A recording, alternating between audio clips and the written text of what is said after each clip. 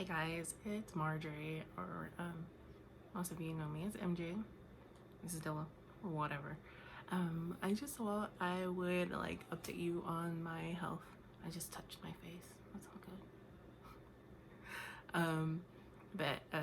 Anyways, a lot of you guys follow our infertility journey, and of course, what happened last week was kind of crazy. It kind of goes with our fertility journey. So I thought I'd update you guys on what happened. Yeah, so let me start off saying TMI. If you guys don't want to hear about all the female bloodiness or whatever, then just read the summary that I had written for this video. But anyways, so what do you call it? Let me start off. So in September of last year, I had started to have continuous bleeds. That, yeah, from September on till recently, I had continuous bleeds. It would be almost 3 weeks.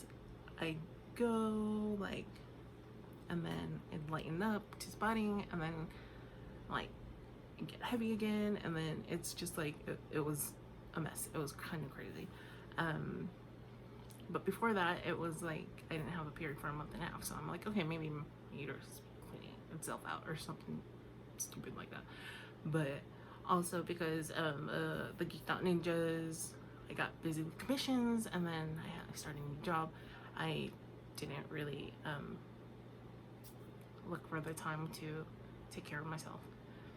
But anyways, come January, I had scheduled for a women's health appointment, and my annual exam, which I do every year. What do you call?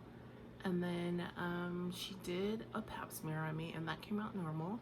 And then since I was telling her about the bleeding and stuff like that, that she ordered an ultrasound on me. This was through my PCP. So she ordered an ultrasound, and then they found that my lining was super thick, and that I had polyps in there. So so then she referred me to a gynecologist, and then I went to that gynecologist, and then she had scheduled a DNC, a dilatation curettage. I don't know how to pronounce it. It's basically where they clean you out down there. And then so yeah, so she ordered it for March 20th, and then March that before that, or was it before that week or that week, it was, well, whenever COVID started happening, they postponed my surgery for until June, because they didn't know how long this whole thing was going on. And then mine was non-urgent because they're just gonna clean me out, right? So then my so the OBGYN was like, you know what, let's just do an in-office biopsy just in case anything. And I'm like, okay, we'll do it.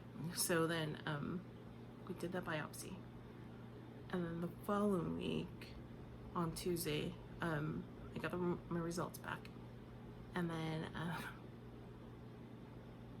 it came out that I had there's cancer in my tissue, in my uterus. So of course, Sean and I started freaking out because what the gynecologist said, well, actually it wasn't the gynecologist I saw. My gynecologist was on vacation, so I kind of felt bad. It was another doctor that had given me bad diagnosis.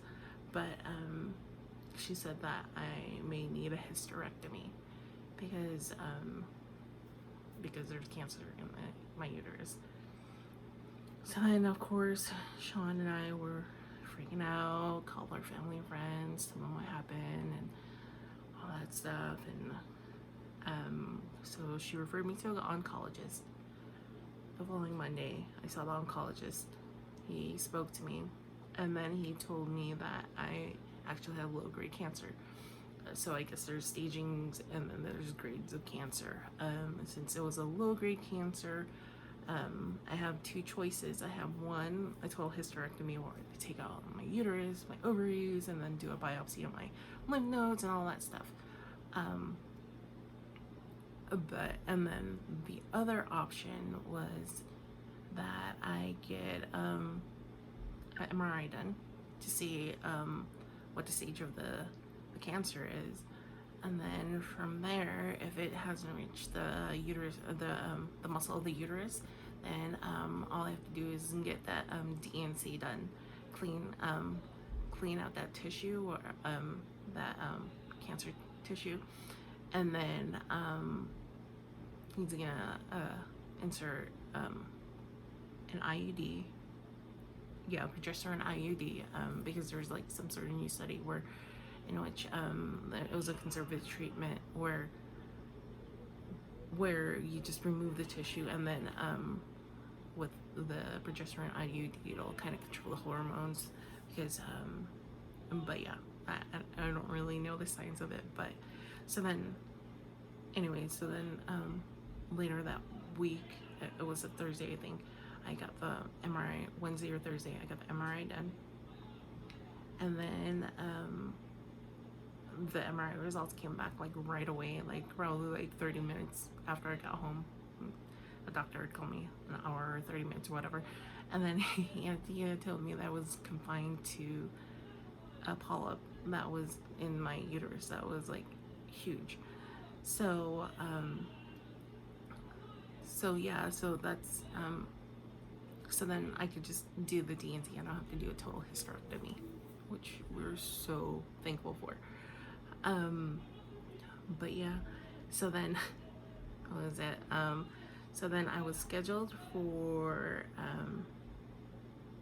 after the MRI, or after I got the results.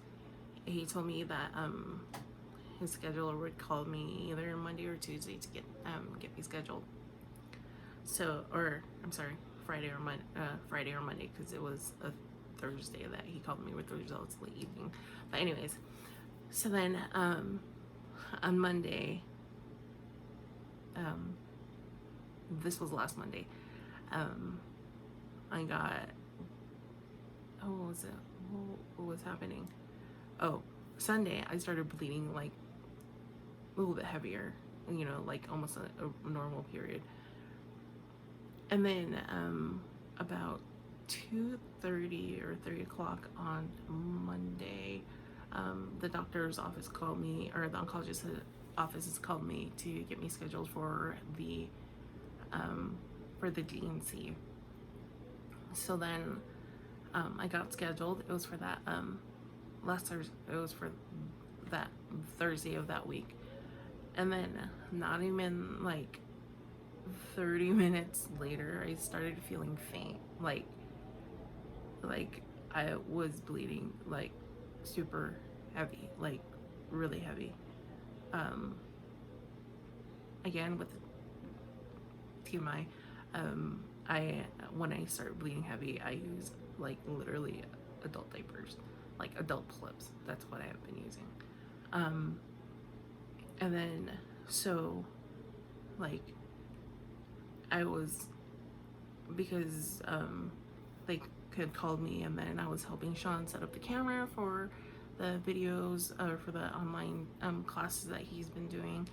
I was like getting a little flustered and a little dizzy. I was getting frustrated because I couldn't get the camera on the stupid thing, and then because I was getting lightheaded, and so then I just got the camera on there, and then just like kind of sat down and just like sat there and didn't want to move.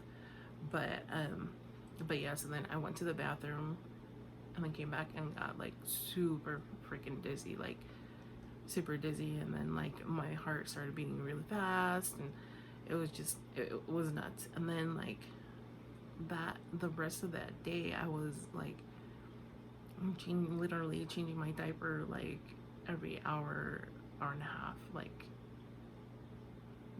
it was nuts, and it was kind of gross.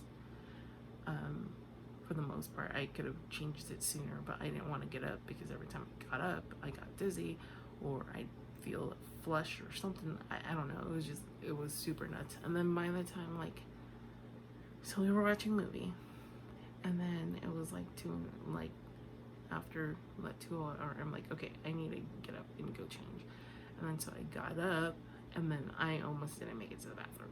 I almost fell over. But then I got to the bathroom, changed, and then like just sat there for a little bit because I didn't want to get up again. And then but then I eventually got up and went to the couch, and then I almost passed out again. I was having a hard time breathing, catching my breath, and then Sean's like, "You okay? Do we need to call 911?" And I was like, "Shit, I don't know.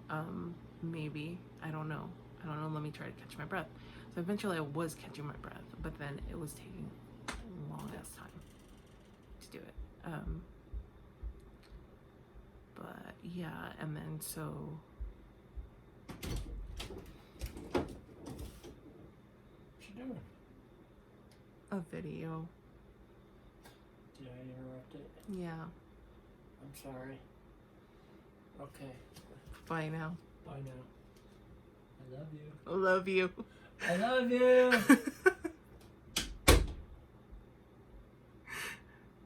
So yeah. But anyway, so yeah, I was trying to catch my breath, and I was having such a hard time catching my breath. I was just like, I mean, eventually I did when I didn't move, but I was like, yeah, you know what, just call 911 because I can't, you know, what if like in the middle of the night I do pass out? What happens? Like, but anyway, so then he calls the ambulance or 911, and then they get there immediately. Of course, they ask me about COVID stuff, and I'm like, no. And then they test my blood pressure, and then I was having orthostatic hypotension. Orthostatic hypotension. Yeah. Where your blood pressure fluctuates when you stand up or down. But anyways, so yeah, so then and then they take me to the hospital. When I get to the hospital, ask me all the questions and all that stuff, and then they take all this, of course they do all the normal ER stuff and whatnot, and then but yeah, so came out that I needed like 2 units of blood because I lost a lot of blood, and then like my color started coming back, and I didn't look dead. I mean, I look dead now, but but yeah, so anyways, so yeah, so they had called my my OBGYN because she was on call, and then they just told me that I just should just stay the night and get the DNC done the next day. And so then I stayed the night at the hospital. Of course, I wasn't like sleeping and stuff because they had to check me every hour and whatnot, but whatever. I was gonna fall asleep anyways, they're gonna put me asleep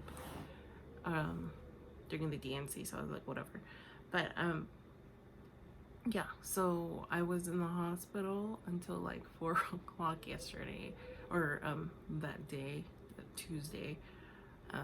But I didn't get the DNC done because the hospital had like, I guess, so many trauma patients that the OR needed them for the OR was in need for the trauma patients. So yeah, that was my adventure last week, Monday, Tuesday. So then yeah, I didn't even eat like the whole day until Sean had picked me up at like 4 o'clock that day, or 4 something. But yeah, anyway, so then Thursday came about, and then I had my DNC done early in the morning. Then it was really fast.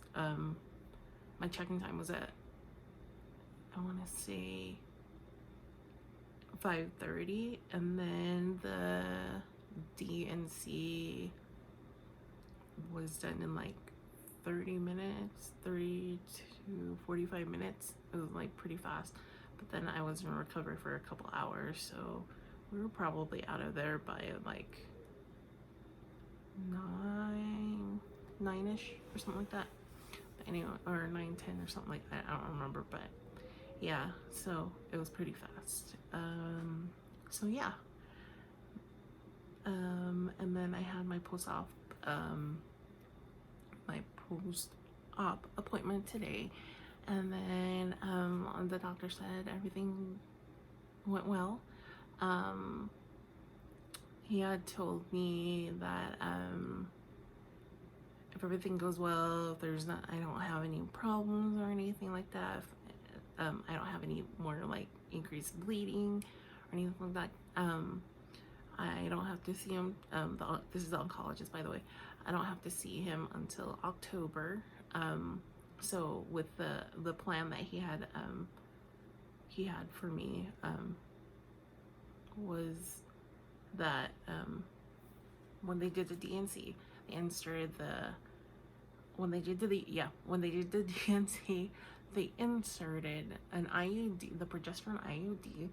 And then I'm gonna have that for 6 months, and then after 6 months he's gonna do another biopsy on me, and then if all of that ends up well, and then when they he's gonna send me back to my gynecologist, get that IUD removed, and then we could try for babies again. But yeah, and then he said, but within 2 to 3 years, I do need to get a hysterectomy done. And especially because I have a history, a family history of cancer, I most likely need to get that hysterectomy done. But yeah, so we are like really happy that this isn't worse than what it really is, that I didn't have to get a hysterectomy.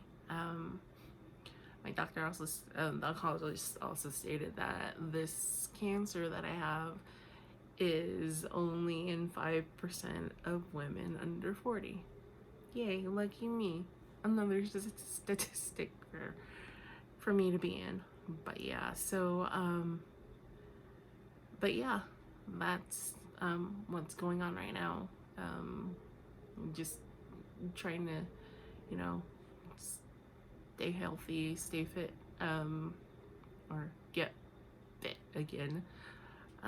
This COVID stuff is nuts. But yeah, so anyways, but yeah, just wanted to let you guys know what had happened and what was going on and all this craziness that we had to deal with, the non-COVID stuff during the COVID season.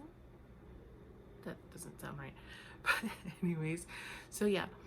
But yeah, so right now I am fortunately cancer free. But of course, like I said, the battle isn't over yet. I will have to go back in 6 months, get it checked, make sure I'm still cancer free, and